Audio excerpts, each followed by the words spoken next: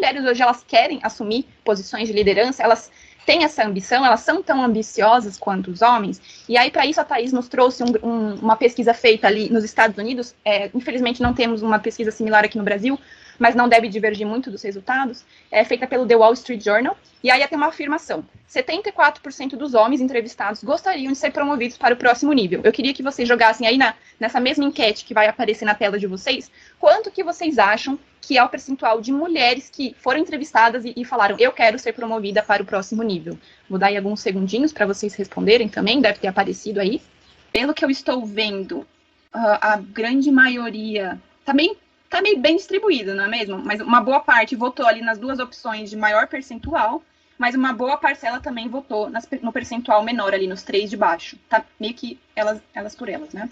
E aí a resposta que eu dou é que é a mesma coisa. Não existe diferenciação de gênero. Mulheres e homens gostariam de ser promovidos da mesma maneira. Existe essa ambição? Sim. Muitas vezes tem aquele mito, né? A mulher mãe, ela não, por conta da maternidade, ela não quer galgar novos lugares mais altos dentro da empresa. E como a palavra própria diz, é um mito. As mulheres têm, sim, ambição. E aí, uma última pergunta que eu faço, então, para essa pesquisa, para esses dados, a afirmação é a seguinte: 27% dos homens pedem pela promoção. Então, eles comunicam esse desejo de serem promovidos. Né? Então, a gente viu lá que 75% das pessoas desejam ser promovidas. Quantas desse percentual, de fato, comunica essa vontade? Qual é o percentual de mulheres que comunicam essa vontade? Por favor, votem aí na tela. Pelo que eu estou vendo aqui, nos segundinhos que já passaram, 56% das pessoas votaram de 0 a 20 e assim por diante. E eu já vou dar a resposta para vocês, que 29% das mulheres estão comunicando que querem ser promovidas para os seus gestores e gestoras. Então, não é um problema de ambição e não é um problema de comunicação. Mas, então, o que explica essa pirâmide invertida que a gente bem conhece, inclusive que o próprio Wellington nos trouxe aí no caso da John Deere? O que explica, né, a gente ter uma carreira de entrada aqui, né, que são as posições de analista, ali bem de entrada, que está bem dividida, inclusive só uma ressalva que eu esqueci de falar, aqui são valores para o mercado inteiro de profissões, não só para engenharia, tá? Mas quando a gente fala de liderança, eu acho que meio que tanto faz as profissões.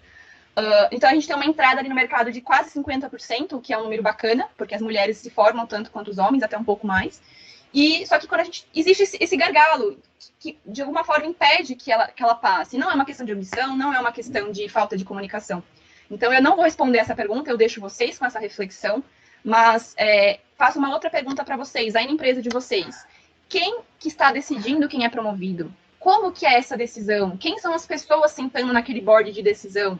É um painel diverso? Não é um painel diverso?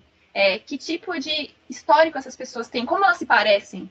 Como essas pessoas se parecem? Será que elas estão refletindo que talvez as decisões delas estejam sendo enviesadas e que elas provavelmente não estão colhendo os frutos que o próprio Wellington nos mostrou, para que quando você tem times diversos, a alavancagem de resultados, se a gente consegue superar um certo patamar, é exponencial o benefício para a empresa, financeiramente falando? Será que essas pessoas estão... Eu não estou falando que é nada com má intenção, mas às vezes o fato da gente não enxergar os nossos próprios vieses acaba impactando muito nos resultados e nas oportunidades que a gente dá para as pessoas. Com isso, falei muito de engenharia, já falei muito de Brasil, e eu convido, então, e passo a palavra para a Thaís, que vai falar um pouco como que a Suíça se posiciona nessa história toda.